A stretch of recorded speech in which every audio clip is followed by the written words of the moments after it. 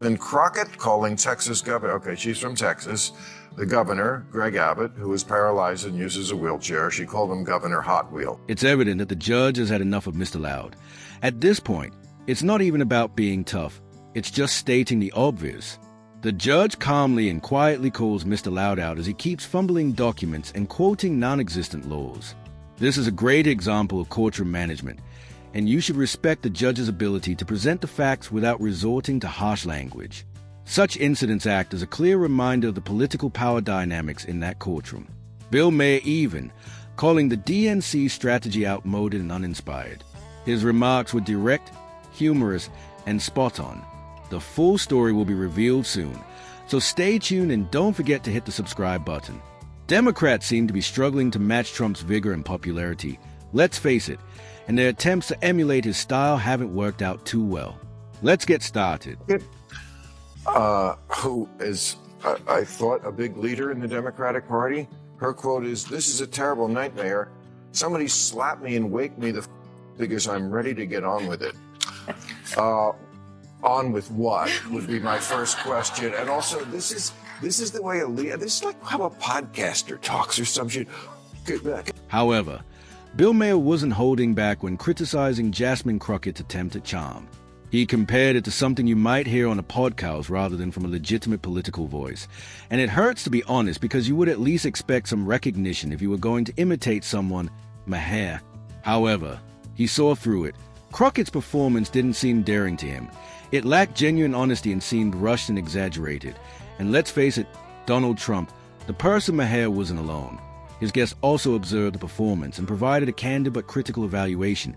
You should hear what was said next. Crockett is part of the new trend where informality is okay, where formality used to reign. Okay, fine. That's been going on since the 60s. So her routine is that she wants to bring a little bit of what I might quaintly call the ghetto catfight into these spaces. I get it, bring a blaxploitation movie or something into Congress. Great, work it. But you do not make fun of the fact that somebody lives their life in a wheelchair. That doesn't work. If she thinks that being black and fabulous gives her a pass on that, then she's got a really unfortunate sense of what. Democrats are trying to shape a new generation of politicians who seem less scripted, more approachable, and louder because they are starting to realize that voters respond better to candidates who are bold and uncensored than to those who are stiff or overprepared. The problem is that they don't understand the important idea. Voters are able to recognize dishonest people, and they weren't fooled by Tim Walz's preaching tone. They saw Kamala Harris's two prepared lines, and they are likely to see right through Jasmine Crockett's carefully manicured persona as well. Charm just cannot be manufactured or packaged as an advertising element. The more forced it is, the more awkward and exposed it appears. Attempting to mimic Trump's appeal without having his natural delivery is not a political tactic. Instead, it becomes unintentionally humorous. If you have not yet seen Jasmine Crockett in action, you might be surprised by this following clip. In the new year, no one could have told me that when I went down to Austin, now it's like a little bit over a year ago, that I would be running for Congress. It's just not what my plan was. But what I've always decided is that I was... Jasmine Crockett was measured as friendly and even likable in those days. But as soon as the DNC started getting her ready for the spotlight, she vanished. Now, she seems like a different person, loud and animated as if she were reading from a script rather than being authentic. She is clearly trying to be the Democratic equivalent of Trump. But in an interview with Chris Cuomo, Crockett comes across as false and phony, while Trump's fire was genuine.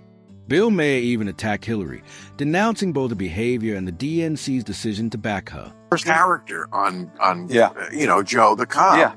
And they make 1,000 jokes about it. But he's a comic.